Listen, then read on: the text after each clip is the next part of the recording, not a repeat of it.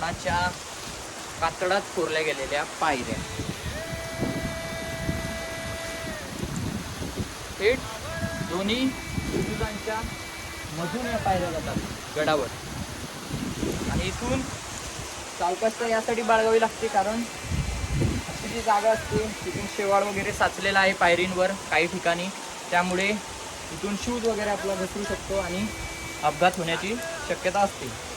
आणि मी तुम्हाला हेच सांगतो की गडावर जर तुम्ही येत असाल तर चप्पल किंवा सँडल वगैरे बरेच लोक येतात, तर त्यांना हीच विनंती आहे की गडावर चांगल्या ग्रिपचे शूज वगैरे घालूनच यावं.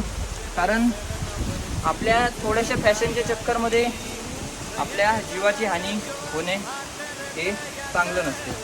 त्यामुळे शक्यतो शूज घालूनच गडावर या, जेणेकरून तुम्ही सुरक्षित गडावर जाऊ पण शकता आणि आपण योग्य रीतीने गड बघू पण शकतो.